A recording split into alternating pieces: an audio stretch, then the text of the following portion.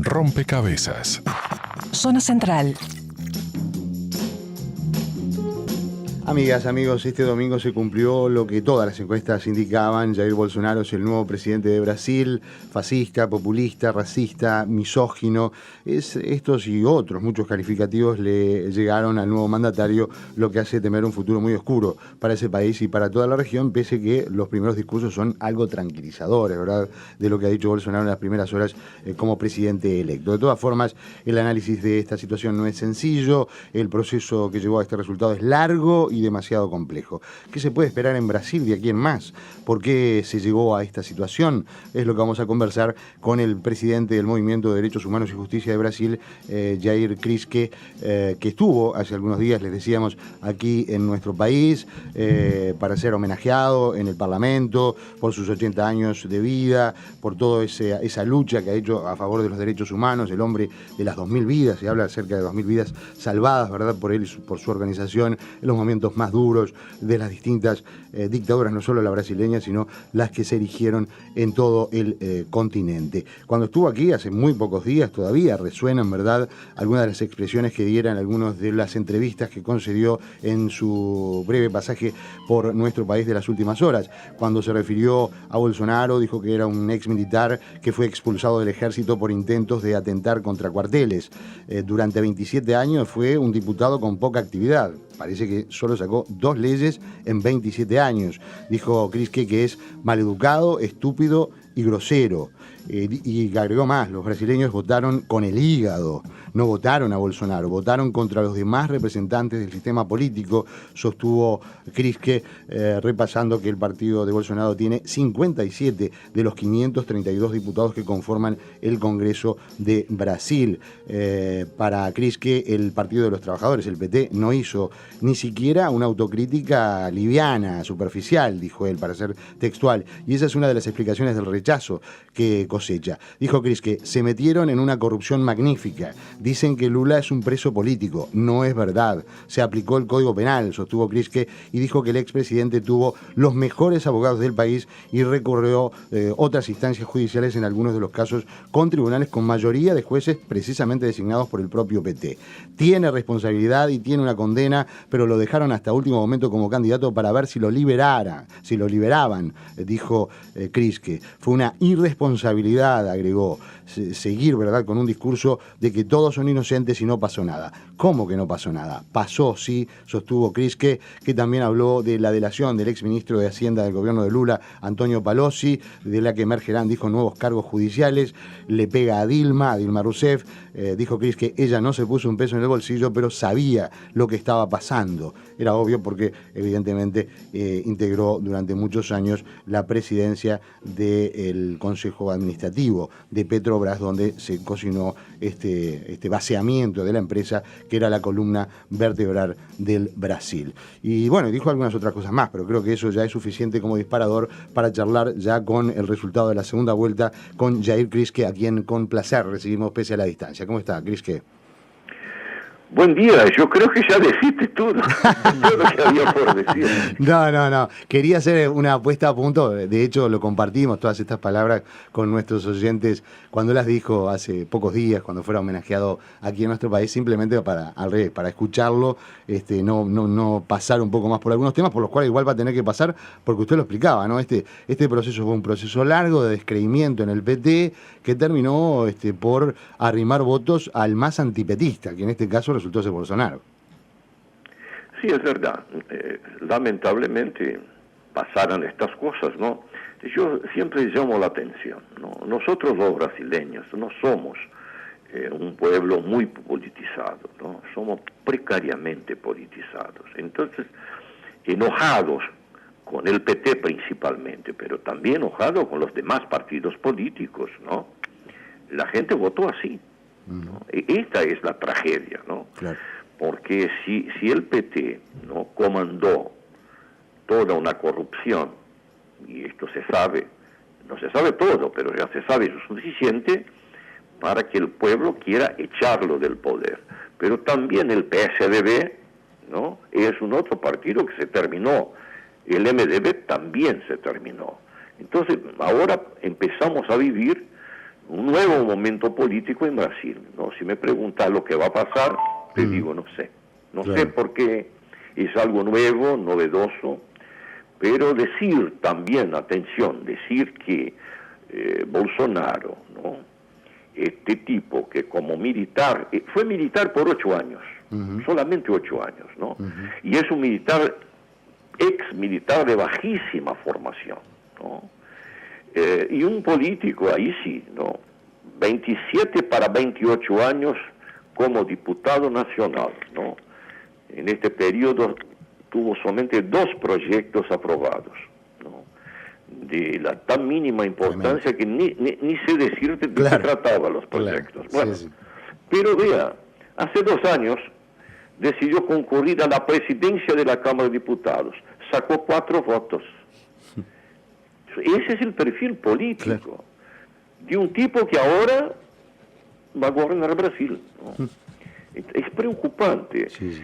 El escenario político también bastante preocupante porque tenemos ahora en el Congreso Nacional una renovación importante. Yo digo importante en el número de renovación, pero renovóse para peor, lo que es grave, ¿no? Y ahí tenemos en este escenario 30 partidos. Tremendo. Esto es inimaginable en cualquier lado del mundo, ¿no? Claro, 30 partidos. ¿Cómo se gobierna?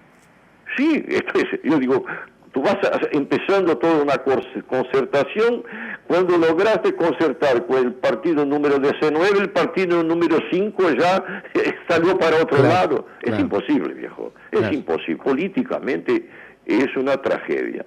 El tipo no tiene absolutamente alguna habilidad, porque como ya repetiste lo que decía, es un tipo grosero, estúpido, ¿no?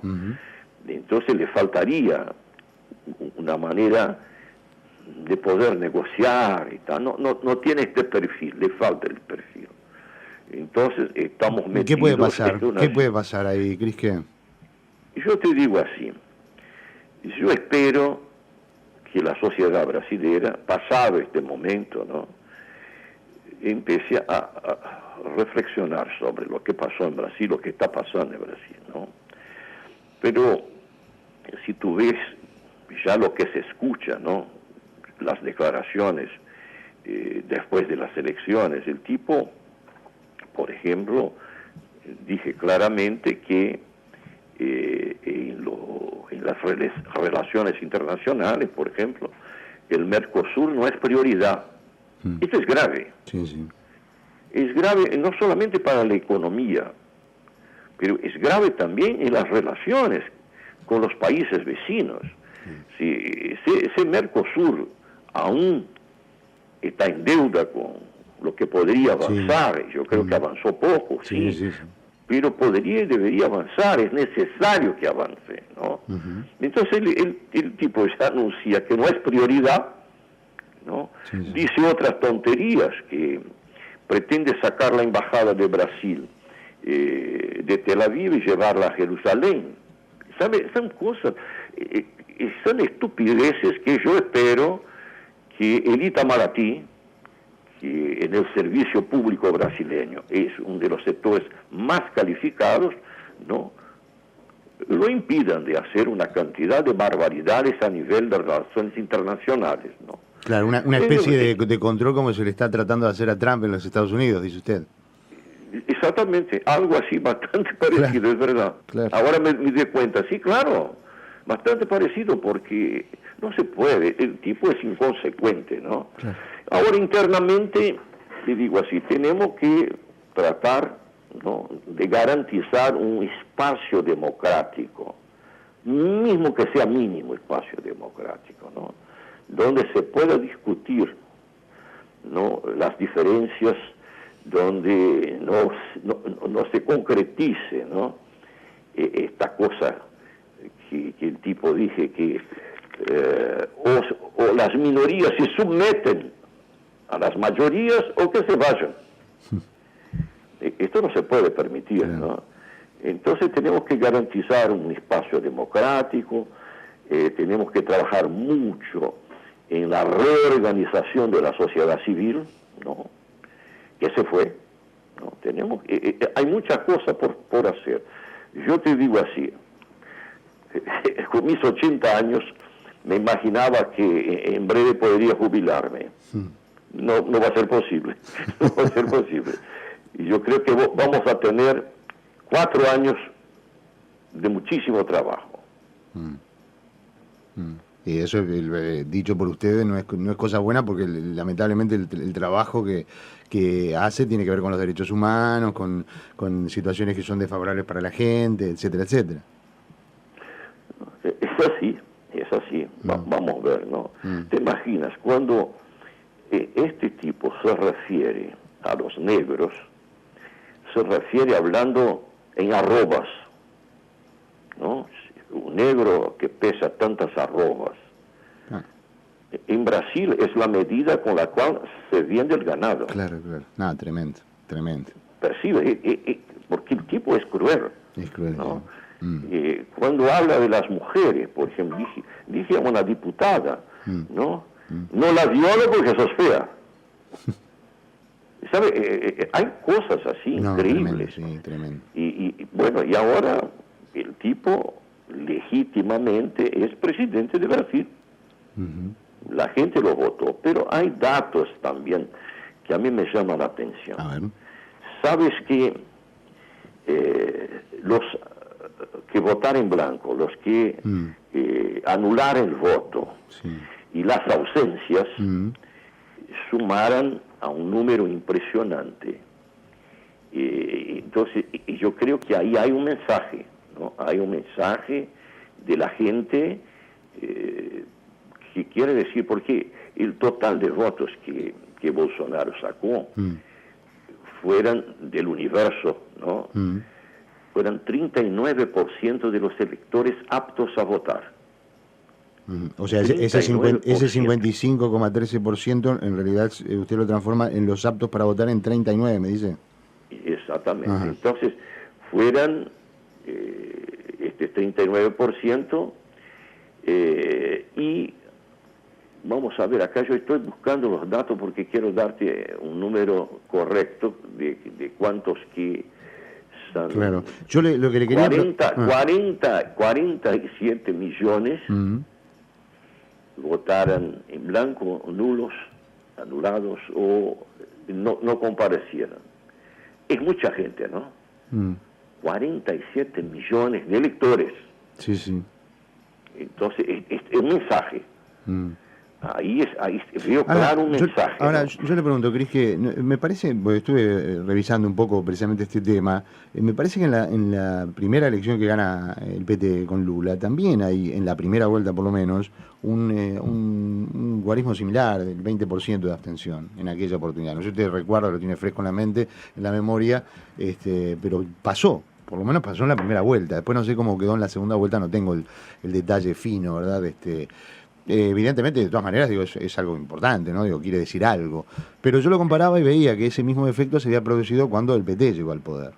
Sí, pero yo te digo así, porque en verdad Lula antes también se había presentado como candidato, ¿no es así? Sí. Se presentó 3 veces antes de y ganar, no logró sí. elegir. Sí, claro, antes de ganar. Va a ganar la cuarta. Pero vea qué interesante. ¿Y por qué ganó? Porque, y acá en Brasil llamamos, hizo una carta a los brasileros, ¿no?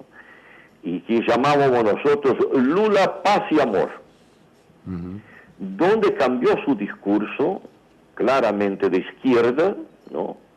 Y hizo esta carta a los brasileños, en verdad se podría decir sintéticamente, una carta a los empresarios. Claro. Me comprometo a ser un tipo muy sencillo a las plantillas de ustedes y tal. Sí, recalculó. Entonces, por esto, sí. Vea, me acuerdo. Por esto, estos datos, sí. No quiero comparar, ¿no? No es posible también, pero creo que tiene que ver más o menos con este dato, ¿no? Y mucha gente un poco más esclarecida, no fue a votar, otro votar en blanco y tal. Como otra vez fue lo que pasó con Lula, las ausencias y tal. No confiaban, no tenía confianza. Yo creo que otra vez estamos viviendo algo así, Claro. guardada todas las proporciones, ¿no? Claro, claro. ¿Qué significa esto? ¿El PT es un partido moribundo? ¿Cómo lo ve? Mira, yo creo que si no hace toda una renovación, ¿no? Ujú. La autocrítica especialmente, que nunca lo hizo, ¿no? No. Siempre se mantuvo en una soberbia, y en política esto es grave, ¿no? Una postura de soberbia a los demás partidos. Claro. Creo que el PT tiene que sí hacer autocrítica, renovar sus cuadros, porque siempre centró mucho toda su actuación en la figura de Lula, Claro. ¿no? Totalmente. Y ahora en este proceso electoral otra vez, ¿no? Claro. Porque mantuvieron Lula como candidato hasta la 11ª hora. Ujú. Y solamente presentaba a Haddad como candidato cuando ya la Corte Electoral dije que no, Lula no puede ser candidato, ¿no? Ujú. Entonces tú ves que estaba todo así muy direccionado, y seamos sinceros, no a presentar un candidato a la presidencia de la República y ganar las elecciones, no, a sacar Lula de la prisión. Claro. Sí. Este fue el eje para todo el proceso electoral que resultó en esto, ¿no? Que se tiene que rever. En este proceso electoral, en el sábado, Ciro Gómez, ¿no?, hizo una declaración pública diciendo que no iba a recomendar que se votara en Haddad. No iba cada uno que se votara como quisiera. Esto para mí es claro, ¿no? Y ya a partir de este momento se presentó como el futuro líder de la oposición. Ajá. Para mí fue un Sí, gesto sí. claro de, bueno, a partir de lunes, ¿no?, yo soy el gran líder de la oposición. No veo en el PT una figura, ¿no?, que pueda presentarse como el gran líder de la oposición. También ayer por la mañana en la casa de Haddad se reunieron, ¿no?, Haddad con sus viejos compañeros, ¿no?, donde hicieron el desayuno, y Haddad les pidió encarecidamente: no me abandonen, sigan conmigo, porque está sintiendo la posibilidad del PT lo echar de una situación de alguna importancia política dentro del partido. Claro, ¿no? claro. Y sin embargo, Lula era el candidato de Lula, por excelencia, porque le tiraban a Guillermo Boulos, le tiraron a otros, y él quería dar. Sí. No, entonces te digo así. Pero vea, Haddad está preocupado, Claro. ¿no? Lloró, Ajá. llegó a llorar, ¿no? Ajá. Entonces preocupado con su futuro político, ¿no? Ajá. Entonces en Brasil están pasando y van a seguir pasando cosas muy raras en lo político. Ujú. Ok. ¿Y Cris, qué le diría usted a, por ejemplo, aquí usted estuvo en Uruguay, ¿no? Digo, el Frente Amplio, sus principales figuras, José Mujica, Lucía Topolansky, el presidente del Frente Amplio, Javier Miranda, precandidatos como el del Partido Comunista, Oscar Andrade, el secretario general de PIT-CNT, Marcelo Abdala, uno de los tipos encargados de la política exterior del Frente Amplio, el ex ministro José Bayardi, distintos funcionarios del gobierno y parlamentarios del Frente Amplio que han abogado, y creo que siguen abogando, aunque ya lo recalculan, por la inocencia de Lula. ¿Qué le diría a ellos, a Adolfo Pérez Esquivel, a Noam Chomsky, a Frei Beto? ¿Qué le dice a ellos? Porque nosotros nos parece que aquellos Lulas trajeron estos Bolsonaro, ¿no? Yo creo que una cosa son declaraciones políticas, ¿no?, netamente políticas, ¿no?, pero sin ninguna consistencia, ¿no? Es mera publicidad, ¿no? Porque todas estas personas que nombraste son personas con un nivel de inteligencia bastante importante, ¿no? Sí. No estamos hablando de No. tontos, ¿no? Exacto. Y que saben perfectamente, ¿no?, que Lula tuvo los mejores abogados de Brasil.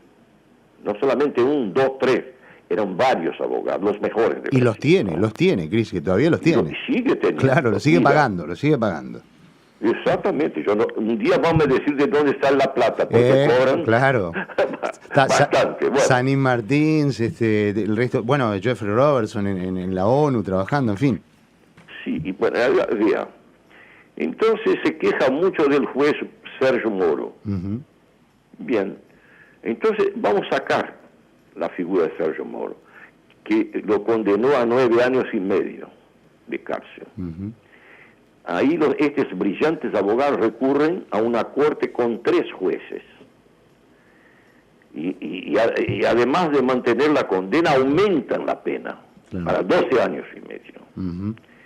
Estos abogados brillantes recurren y van a una corte superior en Brasilia, donde 7 ministros mantienen la condena.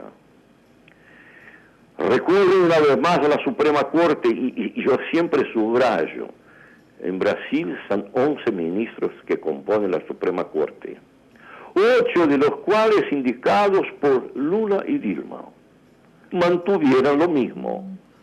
Es mucha conspiración, claro, para mi gusto, ¿no? Sí. Entonces dicen no hay pruebas. Hay pruebas. Claro que hay pruebas. Existe. Lo que pasa es que no tiene idea del expediente, no tiene idea del fraude documental de los 2 apartamentos que se firmó por el sencillo y por el triplex, que después rayaron, garabatearon arriba para que no se viera la palabra triplex y le pusieron el número de la unidad simple por la del triplex. Eso se hizo en pericias caligráficas, o sea, no tienen ni idea del caso penal, policial, ¿verdad? Exactamente, yo digo así, estamos tratando de tema del Código Penal. Eso no tiene nada que ver con ideología. Claro. El Código Penal, la aplicación bien sencilla del Código Penal. Claro. Pero hay una segunda causa que este juez Sergio Moro paró por el proceso electoral, pero ahora en noviembre sigue, uh-huh, que es del sitio de Atibaia. Claro. Donde, porque hay bastante más pruebas que del departamento. Claro. Donde estamos, sí, frente a una nueva condena, ¿no? Uh-huh. Entonces no es un caso, va a ser el segundo, tal vez haya un tercero caso. Sí, tiene 5 o 6 casos abiertos, ¿no? Claro. Tiene varios casos. No vamos a imaginar, ¿no? Que estas personas no sepan de qué se trata. Claro. En el proceso electoral, y aprovecho para llamar la atención, para la segunda vuelta, la figura de Lula fue sacada, uh-huh, de la publicidad. Sí. El rojo también sacaron, uh-huh, y cambiaron por verde y amarillo, ¿no? Uh-huh. Sí. Y cosas lamentables desde mi punto de vista. Y sí, ¿no? Porque eran muy identificativas del PT, todo eso. Sí, y además, yo tengo acá una foto, sí, donde está en una misa, ¿no?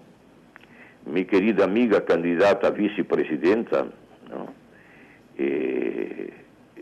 En una misa, cosa que para comunistas es complicado, ¿no? Claro, medio complicado, sí, ¿no? Como que no se juntan. Y Haddad, ¿no? Tomando la comunión, ¿no? Entonces, de repente, para hacer frente a estas iglesias, que a mí no me gusta llamar evangélica, porque para mí no tiene nada de evangélica, ¿no? Uh-huh. Son iglesias de negociados, ¿no? Entonces, para hacer frente, entonces están en una misa, por favor, ¿no? Esto para mí se llama estelionato electoral, ¿no? No es un comportamiento serio, que merezca del pueblo, ¿no?, cualquier respeto. Entonces, yo te cuento esto porque esto pasó. Claro. Esto fue así, ¿no? Claro. Y ahora la cosecha es esta, una derrota importante. Pero no solamente para el PT, nosotros todos fuimos derrotados. Obvio. Fuimos en el paquete. Claro.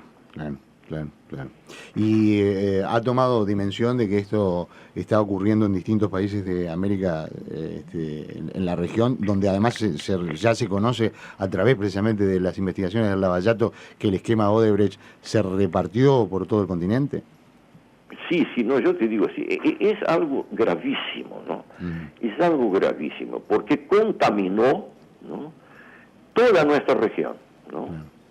Claro. Yo hace poco estuve en República Dominicana, ¿no? Y otra vez fue algo impresionante, ¿no? Claro. De todo el proceso de corrupción. Uh-huh. Porque cuando apareció la primera denuncia, esto que la empresa Odebrecht llamaba de Departamento de Operaciones Estructurales, sí, ¿no? Sí. Es decir, donde organizaba la coima, ¿no? Se transfirió de Brasil para República Dominicana. Increíble.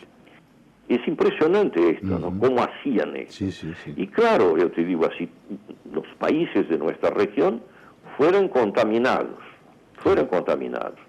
Es una lástima, ¿no? Porque sí, fue una manera de ensuciar la política, ¿no? Uh-huh. Sí, muy lamentable, por cierto, muy lamentable. Sí, no hay dudas. Bueno, nuestro corazón está con ustedes como hermanos, esperamos que pase por este trance lo mejor posible. Es una democracia, hay que trabajar para que dentro de 4 años pueda ganar otro, ¿verdad? Que seguramente tenga mejor perfil que Bolsonaro y los suyos. Ojalá que así sea, ¿no? La verdad que el deseo de lo mejor, y bueno, nada, agradecerle sus palabras, su franqueza, que no la han tenido otros dentro de la izquierda en Brasil, ya no estoy hablando de la izquierda en Uruguay, la franqueza de admitir cuál es la situación. Y bueno, vean ustedes el resultado electoral, ¿no? Que lo dice todo, este revés que ha sufrido el PT demuestra realmente que en definitiva fue todo consecuencia de una corrupción magnífica, como ha dicho Kriske en alguna oportunidad. Bueno, Kriske, un gran abrazo, muchísimas gracias por sus palabras, gracias por mantenerse fiel a la verdad, cosa que a veces es medio difícil, pero no es imposible, y usted lo demuestra. Un fuerte abrazo, un agradecimiento. Gracias, yo siempre es un gusto hablar con ustedes y con los uruguayos que son muy amables. Por favor, el amable es usted, Jair, un fuerte abrazo, gracias. Gracias, querido, chao. Muy bien, allí estábamos hablando con el presidente del movimiento, con Jair Kriske, del movimiento de derechos humanos y justicia del Brasil. La verdad que un tipo muy grosso, muy claro.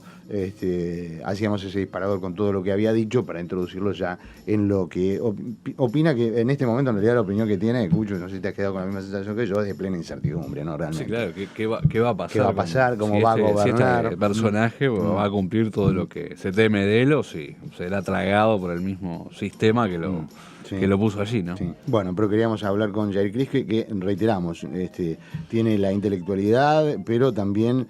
sobre todo qué puede pasar con la izquierda de Brasil, con la izquierda bien intencionada de Brasil, ni que hablar. Que ha quedado totalmente a la deriva por estas horas. Totalmente. Bueno, queríamos contar con sus palabras. Jair Kriske desde Brasil nos informó, charló con nosotros, nos informó también, pero bueno, compartió opiniones a propósito de esta segunda vuelta que consagró a Bolsonaro como presidente del país hermano. Tomamos la pausa, índice 810 del mediodía, y seguimos con más rompecabezas hasta las 13 horas. Rompecabezas. Enteramente libres. En toda materia. ¿Cómo que no va a pasar nada? Acá pasa de todo. En El Espectador.